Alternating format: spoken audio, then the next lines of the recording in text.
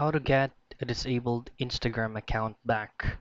Now, the very first thing that we will try to do is to submit an appeal. Now, it's actually around 80 to 90% that you will get your account back. But if your account was got hacked or something like that, then we are good to go on submitting an appeal. Now, to do so, just go to any preferred web browser from your mobile device and then type in recover Instagram account. Now you'll just have to choose on the first result that says disabled Instagram account. That's going to be redirecting you to the help center from Instagram.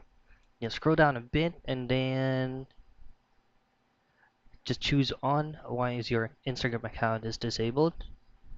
Then scroll down and then on the lower part of these sentences right here that says if someone gained access to your account or unable to log into your account, just tap on visit this page. Now you'll be redirected to the Instagram application and you just have to fill out these necessary information right here. So choose on something else and then again you'll just have to follow through on these necessary processes. If you have like screenshots from disabled accounts, just to do so here and then you are good to go. You'll just have to wait for the Instagram customer support to get back to you once everything is fixed. So yeah, that's how you can get a disabled Instagram account back.